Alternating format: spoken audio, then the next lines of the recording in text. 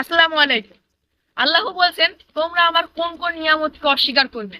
আল্লাহর কোন নিয়ামতকেই আমরা অস্বীকার করতে পারবো না।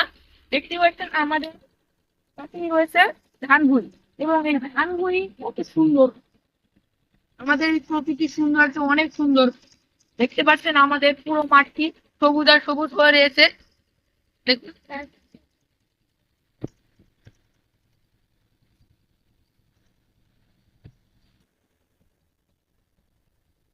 আল্লাহ অনেক কিছু সৃষ্টি করেছেন। দেখতেই পাচ্ছেন প্রকৃতি অনেক সৌন্দর্য। এর মধ্যে প্রকৃতির মধ্যে কত সুন্দর গাছপালা অনেক কিছুই আল্লাহ সৃষ্টি করেছেন।